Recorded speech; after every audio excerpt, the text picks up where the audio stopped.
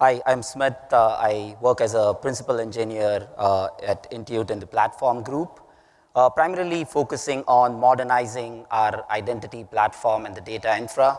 And along with me, I have Rakesh, who's one of the engineers leading the large-scale data migration from our legacy identity stack.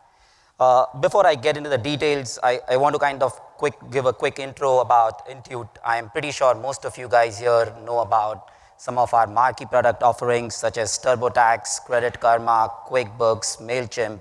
And we are really proud and humbled to be serving hundreds of millions of customers and small businesses in US and around the world. At Intuit, our mission is to power prosperity around the world, and we want to provide tools to our customers and communities to overcome financial business challenges so that we basically want to work and we want to strive towards our strategy to build an AI-driven expert platform so that customers can really overcome their financial challenges. And for that, we are wanting to solve customer problems that can really help us attract, retain, and delight our customers on an ongoing basis. So today, what we're going to talk about is how we are really leveraging zero ETL in our data migration journey to get real-time insights and provide transparency to all of our stakeholders. And not just that, but how it really helps us save time and effort so that we can really focus on solving key customer problems.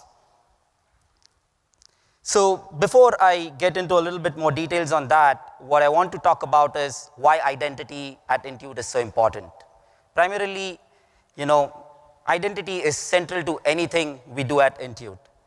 Right from letting the customers log into their products, authorization, managing the customer's profile data for a lot of different workflows, to federated identities, identity proofing, I can just keep on going.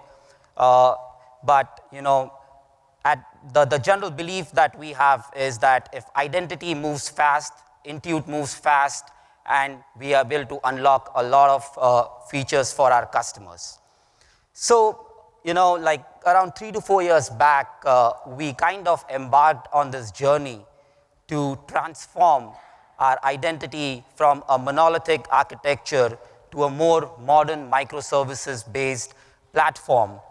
And the primary goal for us was to kind of deliver features quickly to our customers and also make sure at the same time that our architecture is scalable enough to handle the requirements for the next decade or even more.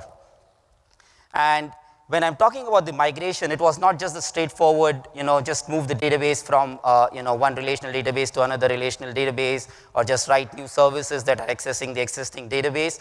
It was a complete overhaul of the data model, how we kind of decomposed our architecture. And that is why it was very important for us to develop a migration framework that is seamless and robust. And we were very clear on our principles, right? That we cannot afford to have any downtime for our consumers, and the data consistency was paramount, right? We cannot really corrupt the data.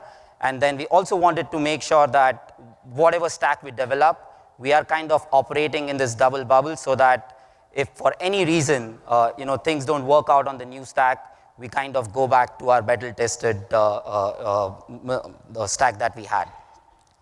So for that, what we wanted to do was we wanted to make sure that we are able to get real-time insights into our whole data migration journey. And then we also wanted to make sure that we basically provide crystal clear transparency for our stakeholders. Now, if you really look at this, right, what we're talking about is migrating hundreds and millions of customers and small companies that we have from our legacy stack to the new stack, and all our customers are kind of operating globally around the globe, and we basically had to slice and dice the data to make sure that we do not really impact our customers. And then when I talk about ensuring clear transparency for our stakeholders, this is something that we did not really figure out day one, but when we were starting to do the migration in our pre-production environments, at that point we realized that our team was spending a lot of time and energy in updating all our stakeholders, all our BUs on what is the migration status, where are we with the migration, what are the errors that are happening, are we done yet? And they also wanted to kind of get that confidence that this is going well for the other products, and now for the more critical products we are good to go and kickstart the migration. They wanted to have that confidence, and which is why we said that we need to figure out a way to kind of provide some asynchronous mechanism for them to look at data in real time and gain that confidence. And not just for our external stakeholders, but even for us, we wanted to get data in real time so that we can figure out how migration is happening, what are the errors that are happening, and use that as a feedback loop to kind of improve our migration journey. So this is kind of a little bit of a high-level architecture of how we kind of looked at this problem. So if you really look at it, on the right is the legacy platform that we have, and then on the right is the more modern microservices-based architecture. And if you really look at it, the overhaul that I was talking about is that we had adopted completely new API strategy through GraphQL APIs. We completely changed our database, going from legacy relational databases to a more modern NoSQL DynamoDB database. And it was like a complete shift in the way we were kind of doing things as far as identity was concerned. So, and then, as I said, we couldn't afford any downtime, and what we did is that we basically adopted an adapter pattern where, regardless of whether the user's data is in the legacy stack or it is in the new identity stack, we basically would route the traffic, and we developed that anti-corruption layer. Regardless of which API you are coming through, the traffic would get routed either to the legacy stack or to the new stack. And what we did is we developed a Spring Batch-based framework that would take the data from the legacy stack and migrate it to the new stack. And the backend database for that Spring Batch application was Aurora Serverless. So we basically had developed this pipeline from our legacy system to seed the data into Aurora Serverless. And I wish we had zero ETL there. We wouldn't have had to build that pipeline.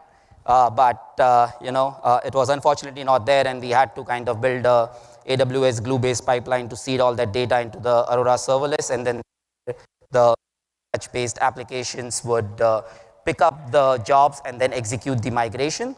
Now, all of that data was sitting in Aurora Serverless, and we, as I said, we wanted to kind of power our dashboards so that all the stakeholders can really look at real time on what's happening with the migration. We also wanted to do all sorts of real-time analytics, ad hoc queries. And if you really look at that box from Aurora Serverless to Redshift, it's just a simple arrow, right? If that was not there, we would really be looking at 4 or 5 more boxes in between to get the data from Aurora Serverless to the Redshift cluster. Let's talk about the outcomes. So, like I said, what this has enabled for us is it has allowed all of our stakeholders to look at the data in real time and get that confidence of migration going really well. We've been able to kind of, identify patterns of failures that are happening through either ad hoc queries or, through our looking at our dashboards. And then we've been able to use that as a feedback loop to improve our overall migration process. And at a high level, the earlier approach that we were looking at, we would have had the data into Redshift, at least, it would have taken us 4 to 5 hours to get that data into Redshift, and our dashboards would be stale. With zero ETL, we were instantly able to get all the data into the Redshift cluster, and we were able to do our analytics in real time.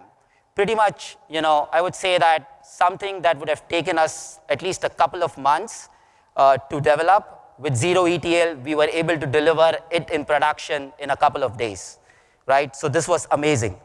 And as far as, we are a big Redshift shop. So this was just the first use case. I'm hoping that as we go along, there are going to be a lot more use cases where we'll be able to leverage zero ETL to get data into Redshift and, kind of do a lot more real-time analytics. With this, I'm going to hand it over to Rakesh to give a quick demo. Rakesh, all yours.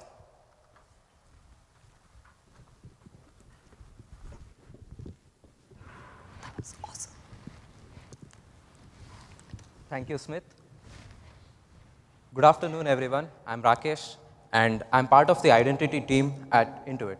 Today, I'm excited to share a demo of the migration process, which utilizes Aurora Serverless V2 with analytics backed by Redshift.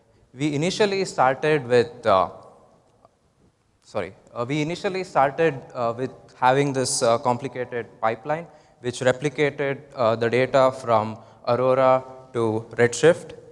But thanks to zero ETL, it was very simple, and it reduced the replication lag from hours to seconds. So to set up, this is pretty simple. You just have to launch the source and destination server.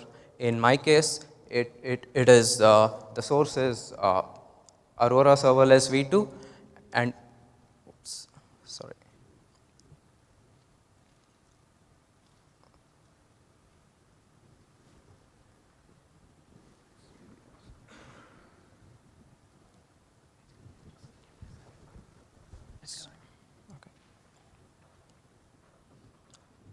Okay, the source is Aurora Serverless V2, and the destination is Redshift. So I'll be running a couple of queries where it's going to get the count on the Aurora and the Redshift. And this is the dashboard, which is built on top of the Redshift. So it has few filters, which is basically has the test user count, and it also has some of the information on the bar chart, which indicates various migration statuses. And it also has a table, which gives you the clear count of what was migrated. So let me go ahead and update the Aurora table.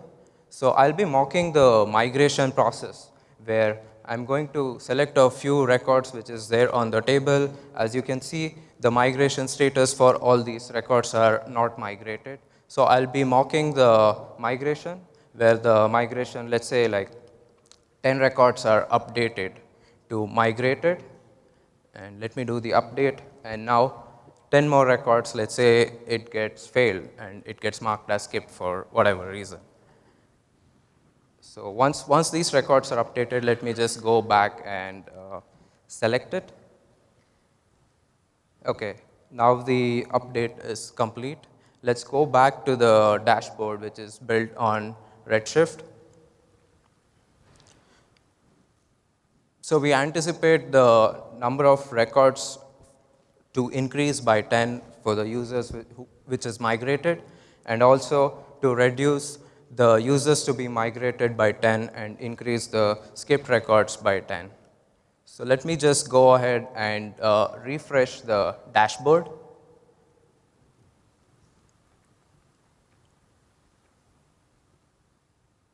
Wow, this is amazing.